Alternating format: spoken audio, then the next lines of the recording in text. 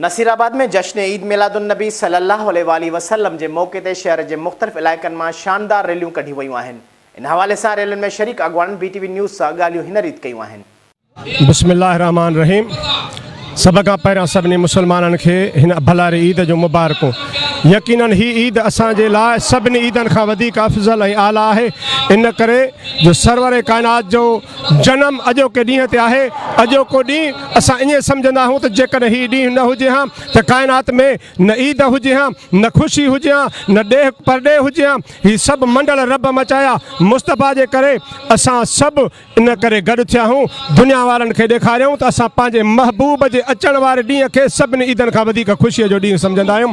इन मौक़े ते असां आलम इस्लाम खे मुबारकूं ॾींदासीं त जेके माण्हू नबीअ जो मीलाद कनि था उहे मुबारक जे लाइक़ु आहिनि, छो त हू पंहिंजे महबूब जे मुहबत जो इज़हार करे रहिया आहिनि।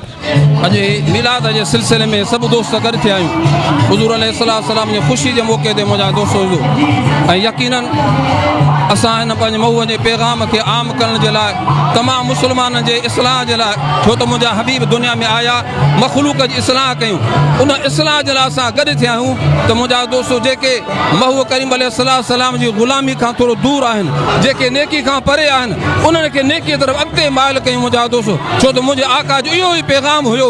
उन पैगाम ते असां गॾु थिया आहियूं। अल्लाह खां दुआ अमल तौफ़ीक़ अता फरमाए। सुभान अल्लाह। सरकार जी आमद, दिलदार जी आमद, यासीन जी आमद, महबूब जी आमद जो अॼु ॾियारो आहे। असां आशिक़नि खे महबूब जी आमद ते ख़ुशी आहे। महबूब जेकॾहिं न अचे हा त अल्लाह तबारक व तआला हीअ दुनिया पैदा न करे हा। महबूब न अचे हा त अल्लाह तबारक व तआला सारी काइनात पैदा न करे हा। उन महबूब जी आमद आहे। उन महबूब जी आमद ते असां ख़ुशि आहियूं।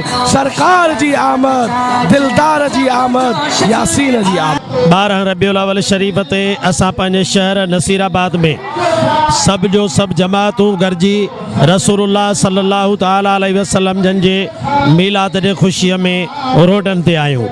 ही ॾियारो इंसानियत जे इंसानियत में ख़ुशियुनि विराइण जो ॾियारो आहे।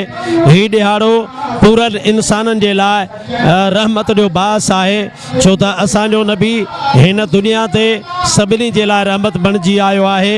असांजे नबी मुहम्मद मुस्तफ़ा जे शरीयत में, इस्लाम में, निज़ाम में रुगी इंसाननि जे लाइ फ़ाइदो या रहमत न, पर असांजे नबीअ जे हिन शरीयत जे अंदरि इंसाननि खां अलावा जानवरनि जे लाइ बि रहमतूं ऐं बरकतूं मौजूदु आहिनि। असांजे नबीअ जे इस्लाम जे अंदरि ख़ासि करे जेके ग़ुलाम हुया अरब मुल्कनि जे अंदरि, उन्हनि ग़ुलामनि जे लाइ असांजे नबी आज़ादी जो निज़ाम आंदो, उन्हनि ग़ुलामनि में बराबरीअ जो निज़ाम आंदो। For more news and updates, keep watching BTV News First Ultra HD web channel.